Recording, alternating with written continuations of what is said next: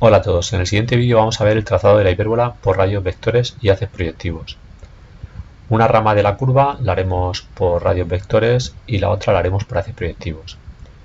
Como la propia definición de la hipérbola nos dice, la hipérbola es el lugar geométrico de los puntos del plano cuya diferencia de distancias con respecto a dos puntos fijos, llamados focos, es constante e igual a 2a, siendo 2a la longitud del eje mayor, del eje real, que es el eje AA'.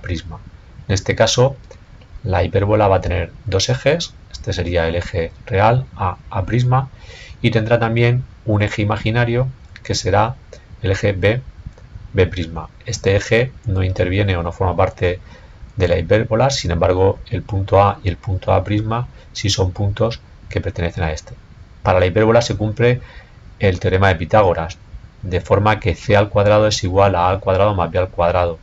De esta manera, en este caso, la longitud desde A hasta el centro de la hipérbola sería uno de los catetos, desde el centro hasta B el otro cateto, y la distancia desde A hasta B sería la longitud de la hipotenusa, que sería la longitud C, que es la longitud del foco.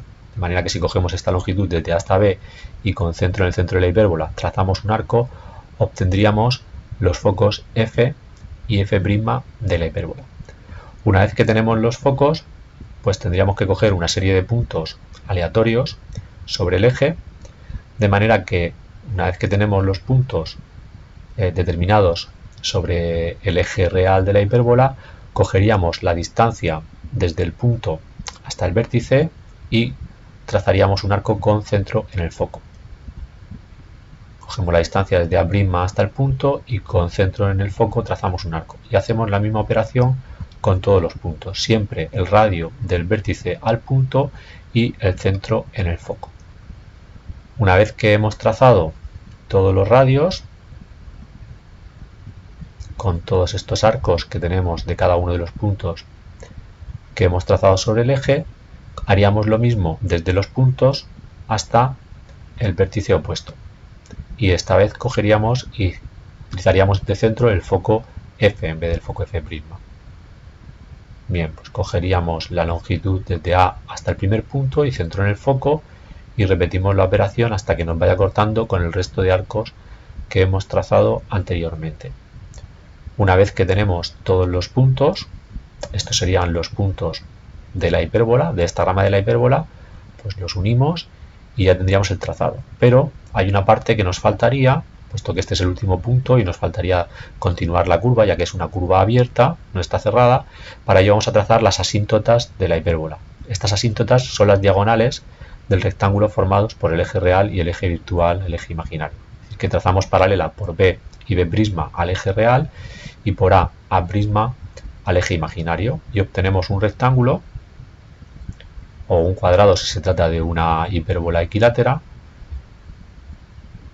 tal que si dibujamos desde el centro de la hipérbola las diagonales de este rectángulo, tendríamos las asíntotas, que son las rectas tangentes a la curva en el infinito, puesto que mediante paralelas desde el último punto a esta asíntota tendríamos la curva definida totalmente.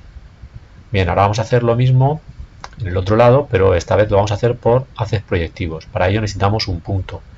Vamos a trasladar el último punto que hemos obtenido por radios vectores, que sería simétrico.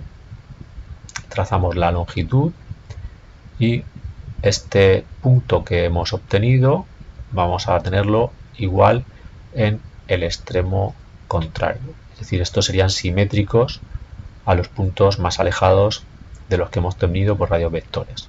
Este a este y el de arriba al superior. Y una vez que tenemos hecho esto, dibujamos un rectángulo que pasa por estos puntos y por el vértice A de la hipérbola. Bien, este rectángulo, que está dividido en dos partes, una parte superior y una parte inferior, nos van a servir para hacer los haces proyectivos. ¿Cómo?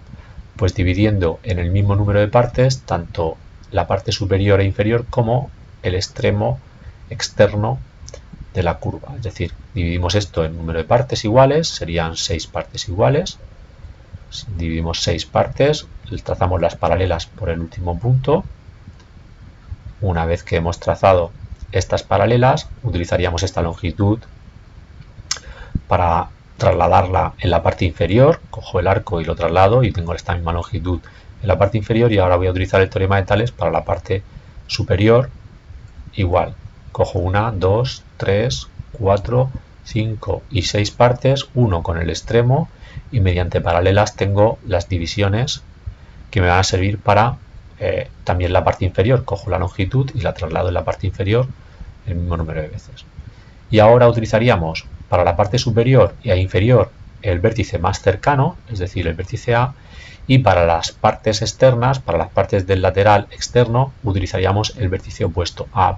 Vamos a unir A con cada una de estas partes, cada uno de las partes del lado superior y el lado inferior, y A' con cada una de las partes de los lados externos. Pues aquí tenemos los haces proyectivos que van unidos con el vértice A, y ahora hacemos lo mismo desde el vértice A' con el lateral externo.